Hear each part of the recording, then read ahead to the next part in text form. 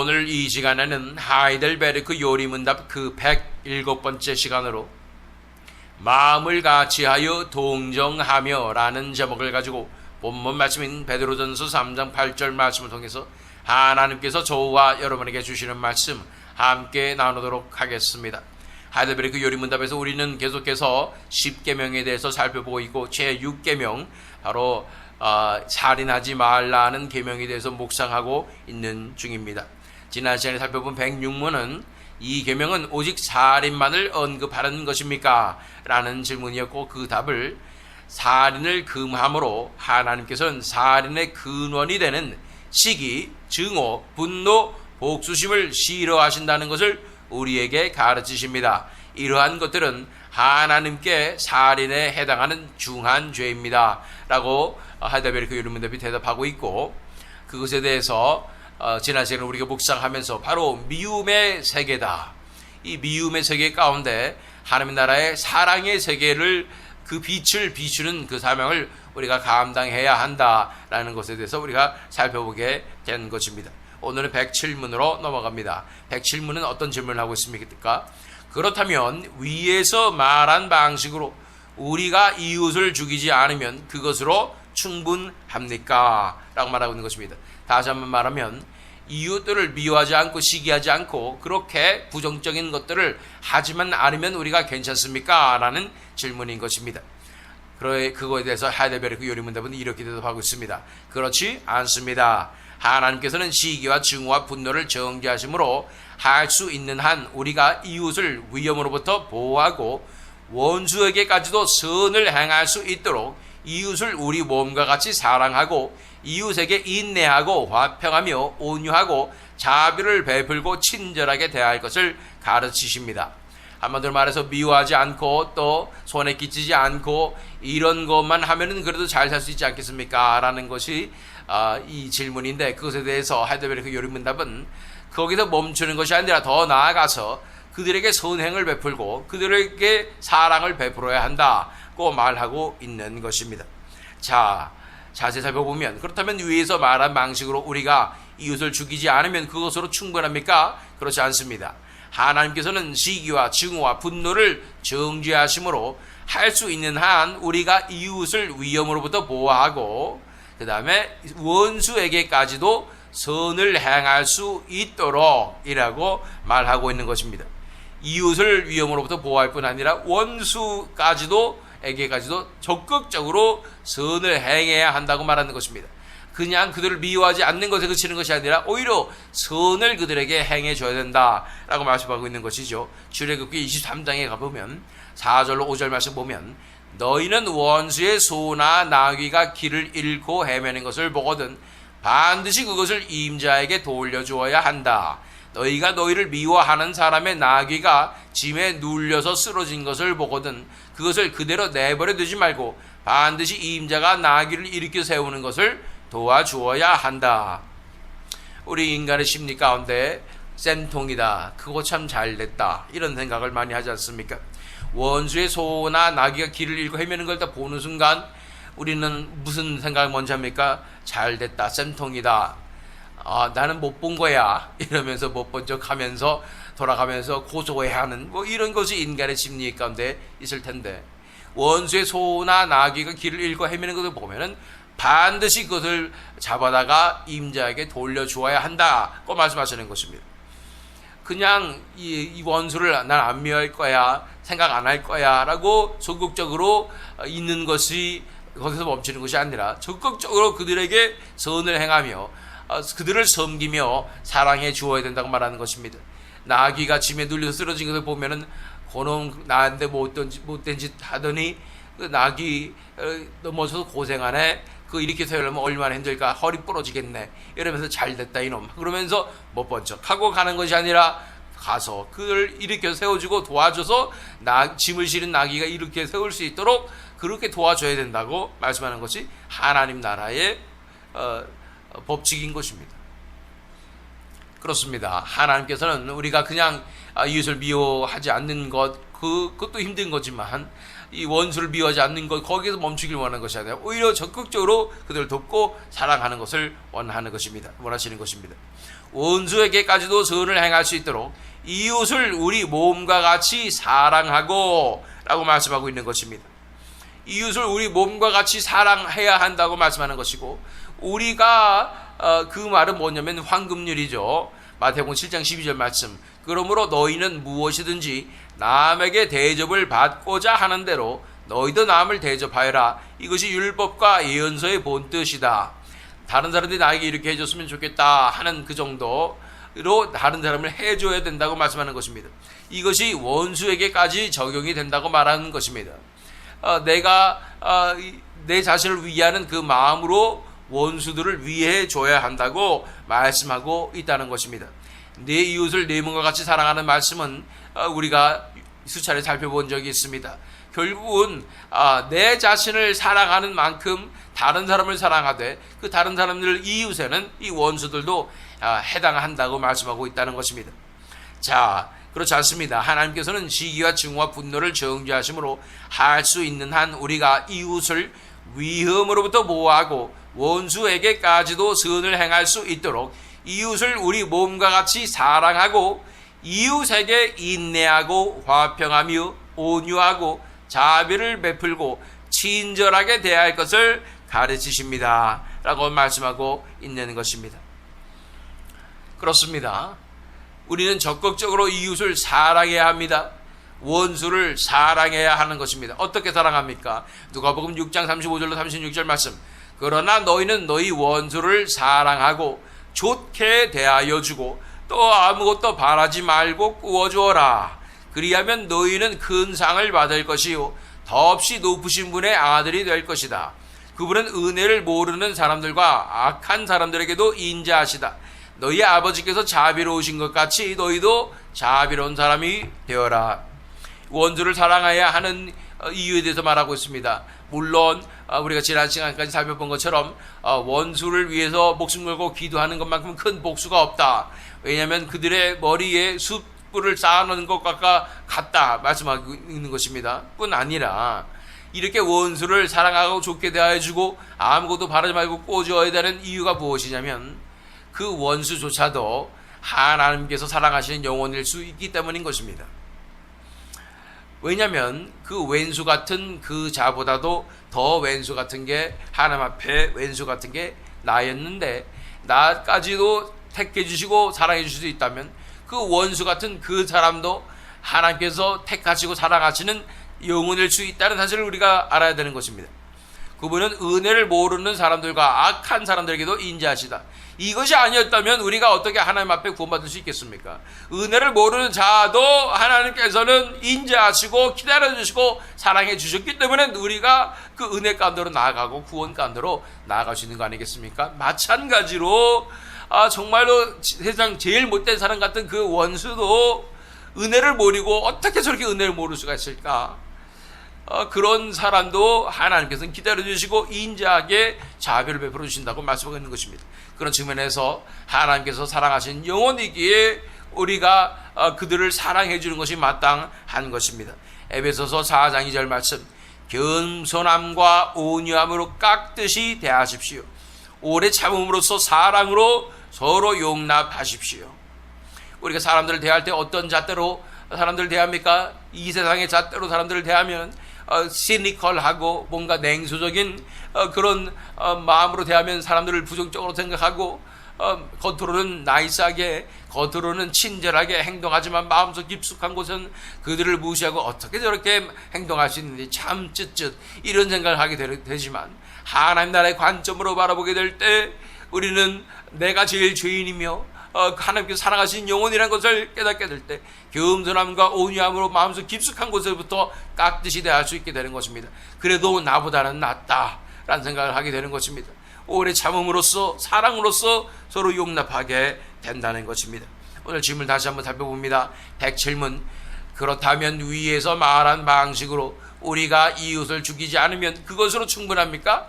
답은 그렇지 않습니다. 하나님께서는 시기와 증오와 분노를 정죄하심으로 할 수 있는 한 우리가 이웃을 위험으로부터 보호하고 원수에게까지도 선을 행할 수 있도록 이웃을 우리 몸과 같이 사랑하고 이웃에게 인내하고 화평하며 온유하고 자비를 베풀고 친절하게 대할 것을 가르치십니다 라고 설명하고 있는 것입니다. 살펴본 것입니다. 이것에 대해서 조금 더 자세히 살펴보기 위해서 본문 말씀인 베드로전서 3장 8절 말씀 읽어보면 마지막으로 말하노니 너희가 다 마음을 같이하여 동정하며 형제를 사랑하며 불쌍히 여기며 겸손하며 라고 말하고 있습니다. 여기서 동정하라고 말씀하고 있는 것입니다. 이 동정한다는 말이 사실은 현대사회에서는 굉장히 부정적인 의미로 사용되고 있습니다. 왜냐하면 다들 자존심이 높아서 동정받는 걸 너무나 죽기보다도 싫어하기 때문인 것입니다. 사실은 그러나 동정이라는 것은 좋은 표현이죠. 그 사람의 아픔을 같이 느낀다는 것입니다. 마음을 같이하여 동정하며 형제를 사랑하며 불쌍히 여기며 겸손하며 라고 말하고 있습니다. 형제를 불쌍히 여기는 마음, 동정하는 마음이 필요하다고 말하고 있는 것입니다. 그렇게 서로를 대하라고 베드로 사도가 말하고 있는 것입니다. 역시 사도 바울도 골로새서 3장 12절 말씀에 그러므로 여러분은 하나님의 택하심을 받은 사랑받는 거룩한 사람답게 동정심과 친절함과 겸손함과 온유함과 오래 참음을 옷 입듯이 입으십시오. 동일한 말입니다. 동정심과 친절함과 겸손함과 온유함과 오래 참음을 옷 입듯이 입으십시오 라고 말하고 있는 것입니다. 이 형제를 불쌍히 여김에 대해서 우리가 묵상할 필요가 있겠습니다. 형제를 우리는 불쌍한 눈으로 바라봐야 되는 것입니다. 이것이 현대사회에서 자존심 상하는 일이니까 그렇게 보면 안 된다고 말하는 것은 현대사회의 사고방식과 심리학에 우리는 사로잡힌 우리 자신을 바라보게 되기 때문에 그렇게 생각하는 것입니다. 형제를 그러나 분명히 불쌍히 여기라고 말씀하고 있고 동정심을 가지고 대하라고 말하고 있는 것입니다. 그런데 우리는 진심으로 형제자매를 불쌍히 여기지 못하는 이유가 있는 것입니다. 왜 우리 속에서 형제자매를 불쌍히 여기지 못할까요? 그 이유를 한 4가지 정도 살펴보기 바랍니다. 첫 번째는 우리가 서로 다르다는 사실을 인식하거나 인정하지 못하기 때문인 것입니다. 어떤 사람에게는 장점이 이것이고 어떤 사람은 단점이 이것이고 이것이 우리가 다른 사람들이 다 나갔겠거니 생각하면서 나의 기준으로만 다른 사람을 판단하기 때문에 불쌍히 여기지 못하는 것을 보게 됩니다. 무슨 말이냐면 어떤 사람들에게는 당연하고 쉬운 일이 또 다른 사람들에게는 어려운 일이 될 수 있다는 것입니다. 나는 쉽게 이런 일을 하는데 내가 조금만 신경 쓰면 이렇게 할 수 있는데 이 사람은 게으르고 신경도 안 쓰니까 이런 일을 못하는 거지 라는 그러한 판단을 내리게 된다는 것입니다. 그 사람에게는 이것이 조금이 아니라 엄청나게 어려운 일일 수 있다는 사실을 알아야 된다는 것입니다. 반대로 그 사람에게는 당연하게 생각되고 쉬운 일이 나에게는 엄청나게 어려울 수 있다는 사실을 알아야 한다는 것입니다. 이렇게 내가 다른 사람과 다르고 이 다름을 또 다른 사람의 연약함을 인식하고 인정하지 못하는 마음이 있기 때문에 이렇게 불쌍히 여기지 못하는 것입니다. 두 번째, 성경에 말씀하신 대로 내 눈에 있는 들보를 보지 못하기 때문에 다른 사람들을 불쌍히 여기지 못하는 것입니다. 내가 동일한 문제를 가지고 있고 혹은 더 큰 문제를 가지고 있다는 사실을 알지 못하기 때문에 다른 사람을 이해해 줄 수가 없는 것입니다. 사실은요, 내가 동일한 문제를 갖고 있기 때문에 다른 사람의 눈에 있는 티가 잘 보이는 것입니다. 내가 들보를 가지고 있기 때문에 다른 사람의 눈에 티가 보인다는 것입니다. 내가 다른 사람의 티가 보일 때는 나에게 더 큰 문제가 반드시 있다는 사실을, 동일한 문제가 있다는 사실을 우리는 기억해야 하는 것입니다. 세 번째, 왜 불쌍히 여기지 못합니까?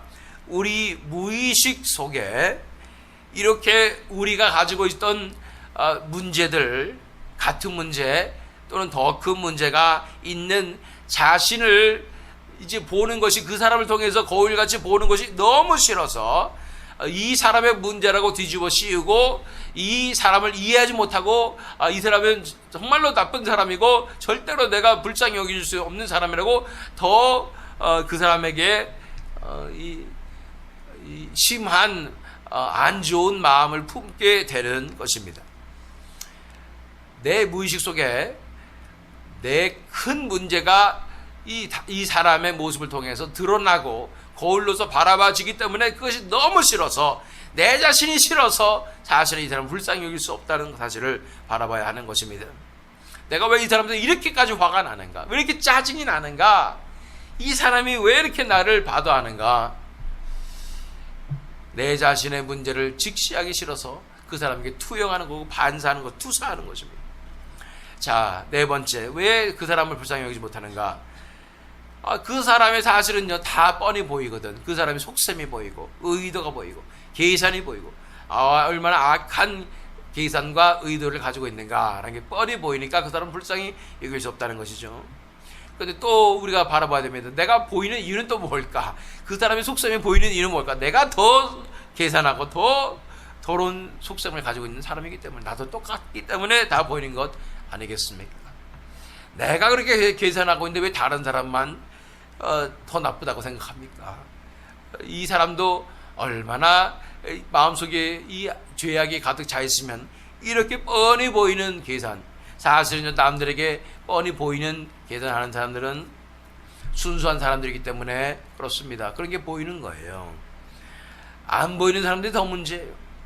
안 보이는 사람들은 더 악하고 더 어둡고 그렇기 때문에 내 계산의 의도가 안 보이도록 잘 꾸며내고 잘 분칠하고 회칠한 무덤같이 그렇게 살고 있기 때문에 더 심각한 문제가 있는 것입니다. 왜 그렇게 뻔히 보이는 사람만 미워합니까? 이해하지 못합니까? 나 같으면 더 잘 숨길 텐데 이거예요. 그것이 아니라 정말로 우리 마음 가운데 내 속에 있는 더 큰 문제를 바라보지 못하기 때문에 불쌍히 여길 수가 없다는 것입니다. 그렇다면 우리가 어떻게 형제를 불쌍한 눈으로 볼 수가 있겠습니까? 특별히 나에게 손해를 끼친 그 사람을 어떻게 내가 불쌍히 볼 수가 있겠습니까? 사람은 자기에게 손해를 끼친 사람을 불쌍히 볼 수가 없습니다. 나는 피해자고 그는 가해자이기 때문인 것입니다. 요즘에 한국의 월드컵이 끝난 이후에 홍명보 감독에 대한 증오가 엄청납니다. 지금까지도 막 끌어넘치고 있는데, 물론 그가 엄청나게 잘못했죠. 그가 리더십도 없었고 전술도 잘못 짜고 자기 고집과 선수 개인에 대한 그런 생각과 뭐 이런 것들이, 편견과 이런 것들이 정말 잘못한 게 많습니다. 그렇지만 사실은요, 이게 들끓어오르는 국민들은 그 홍명보에게 직접적이고 개인적인 손해를 받은 것은 아니잖아요. 간접적이고 그냥 물론 정신적인 그런 피해다. 내가 이 월급 때문에 밤도 잠도 안 자고 봤는데, 회사에서 일하다가 봤는데 어떻게 그렇게 나의 스트레스를 받게 해서 내 정신적 건강을 망치고, 그래서 내가 암 생기면 어떨 거야, 뭐 이런 생각을 할 수는 있겠지만은, 사실은 직접적이고 개인적인 손해를 끼치는 사람들은 어떻겠습니까? 간접적으로 이렇게 홍명보 같은 사람에게 내가 이렇게 화를 내고 그를 정죄하고 짓밟으려고 한다면, 나에게 이러한 직접적인 개인적인 손해를 끼친 사람들은 오죽하겠습니까? 정말로 죽일 사람이 되는 것이죠. 어떻게 그런 사람들까지도 나는 불쌍하게 볼 수 있을까라는 것입니다. 먼저 객관적으로 말씀드리길 원합니다. 객관적으로 그들은 불쌍합니다. 왜 불쌍합니까? 그가 뭐가 불쌍해요? 지금 잘 먹고 잘 살고 떵떵거리며 잘 살고 있는데 뭐가 불쌍해요? 나한테 그렇게 착취해가지고 그렇게 많은 이득을 탐했는데 뭐가 불쌍하단 말이에요? 왜 불쌍하냐면 그렇게 살면 지옥 가니까 불쌍합니다. 심판당하니까, 영벌에 처하니까 불쌍한 것입니다. 내가 정말로 하나님과 성경 말씀을 믿고 있다면 그들이 가장 불쌍하다는 사실을 알게 될 것입니다. 그렇게 살면 정말 지옥 가고 그들의 영혼은 망하고 말 것입니다. 가장 세상에서 불쌍한 사람들이 바로 그 사람들이다 라는 것을 우리가 알게 된다는 것입니다. 두 번째는 어떻게 우리가 불쌍히 그들을 볼 수 있겠습니까? 나도 똑같다라는 사실을 인식해야 그들을 이해하고 불쌍히 여길 수 있는 길이 열립니다. 내가 만약 그들과 똑같은 환경과 상황에서 자라났고 그 상황에 놓여 있었다면 나는 이 사람과 다를 것인가? 난 다를 거예요. 나는 그래도 이 사람 같지는 않아요 라고 생각할지 모르지만 내가 또 그 사람의 상황을 정확히 모르잖아요. 그 사람이 어떠한 상처를 가지고 있었고 어떠한 환경 가운데 자랐는지 내가 어떻게 알겠습니까? 우리가 알고 있는 것은 우리 인간은 다 이 전적으로 타락한 존재라는 사실을 알고 있습니다. 죄성이 우리를 사로잡은 사람들입니다. 그런 환경과 내 마음대로 할 수 있는 환경과 이 상황이 주어졌다면 내가 그 사람들보다 나을 수 있겠는가? 결코 그렇지 않다는 사실을 알게 되는 것입니다. 오히려 그들보다 더 심각한 상황에 빠져 있을 수 있음을 우리는 바라볼 줄 알아야 된다는 것입니다. 세 번째로 천국의 사고방식과 관점으로 바라봐야 사실은 내가 더 문제구나 라는 사실을 알게 된다는 것입니다. 내가 그들을 그렇게 못마땅히 여기고 나에게 손해를 끼치고 그가 하는 행동이 족족 다 짜증나는 그런 상황이 되는 이유가 무엇입니까? 내가 더 잘 숨기는 사람이고 나는 세상에서 더 깨끗하게 보이는 그런 더 세련된 사람이기 때문에 그것이 보이고 그것이 못마땅한데 이것은 하나님 나라의 관점을 봤을 때 더 못된 사람이라는 거예요. 바리새인과 세리의 기도가 기억나십니까? 바리새인과 같은 더 세련된 내가 천국에선 더 작은 자예요. 하나님께서 더 진노하시는 자임을 알아야 한다는 것입니다. 그렇기 때문에 이런 모든 상황으로 봤을 때 이 사람을 불쌍히 여길 수 있는 객관적인 요소는 충분합니다. 객관적으로 봤을 때 이 사람을 불쌍히 여길 수 있는 상황이라는 거예요. 그럼에도 나는 안 돼요. 개인적으로 직접적으로 나한테 연결되기 때문에 그 사람을 불쌍히 여길 수 있는 내 능력이 내 안에 없다는 것을 알게 되는 것입니다. 불쌍히 여기는 마음은 예수님의 마음으로 예수님의 눈으로 바라보아야만 가능한 것입니다.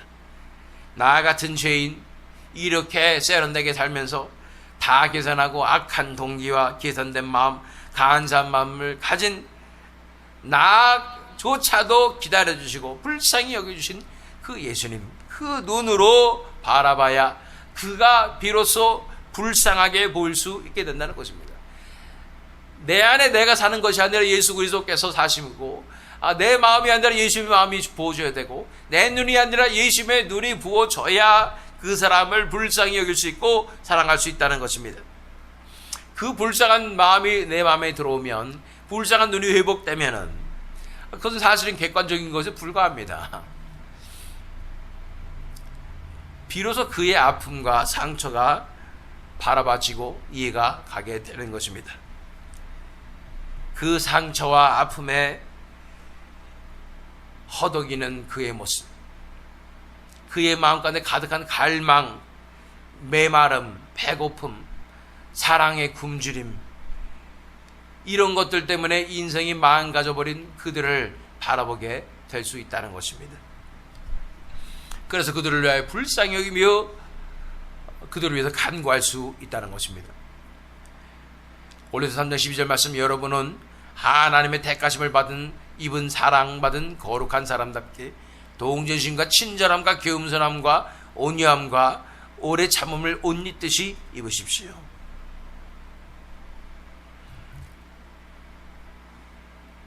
불쌍히 여겨야 합니다. 그 누구를 대하든 불쌍히 여기십시오. 가장 못된 사람을 대해도 불쌍히 여기십시오.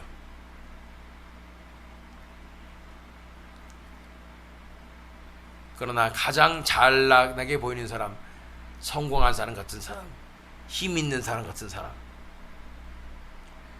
이 세상에서 떵떵거리고 잘 사는 사람들, 누리는 사람들, 이런 사람을 보아도 불쌍히 여기십시오. 예수님의 시각을 가지면 우리는 모든 사람을 다 불쌍히 여기게 됩니다. 그리고 불쌍히 여기는 그 입장에서 그들을 대하게 되고 그들에게 하나님 나라의 진리와 평안과 그 기쁨을 전할 수 있게 된다는 것입니다. 우리의 시각은 어떻습니까? 정말로 예수님의 시각입니까? 아니면 나보다 못해 보이는, 세상적으로 못해 보이는 사람들, 아주 너무나도 이 수준이 낮은 사람들, 자기 감정을 숨길 수도 없는 사람들, 뻔히 보이는 계산으로 이기적인 사람들, 이런 사람들 보면서 나는 무시하고 있습니까? 미워하고 있습니까? 아니면 예수님의 심정으로 그들을 정말로 불쌍히 여기고 그 영혼들을 귀하게 여기고 기다려주고 동정심으로 온유함으로 겸손함으로 그들을 대하고 있습니까? 세상에서 잘나가고 좀 똑똑한 사람들 같은 사람들, 그 사람들에게 주눅 들고 귀 눌리고 나에게 빽빽 소리 지르고 나를 억누르는 사람들에게 또 귀 눌리고 이렇게 살고 있습니까? 아니면 정말로 당당하게 사랑하는 자로서 그들을 불쌍히 여기고 있습니까? 진정으로 예수님의 심정이 회복되기를 원합니다. 하나님 나라의 관점이 회복되어서 모든 사람을 불쌍히 여기며 그들에게 예수 그리스도의 사랑을 전해줄 수 있는 우리 모두가 되었으면 좋겠습니다. 오늘 그런 하루가 되었으면 좋겠습니다. 이런 하루를 살아내시는 저 여러분 되시기를, 또 이 새믿음 장로기 되기를 예수 그리스도 이름으로 축원합니다.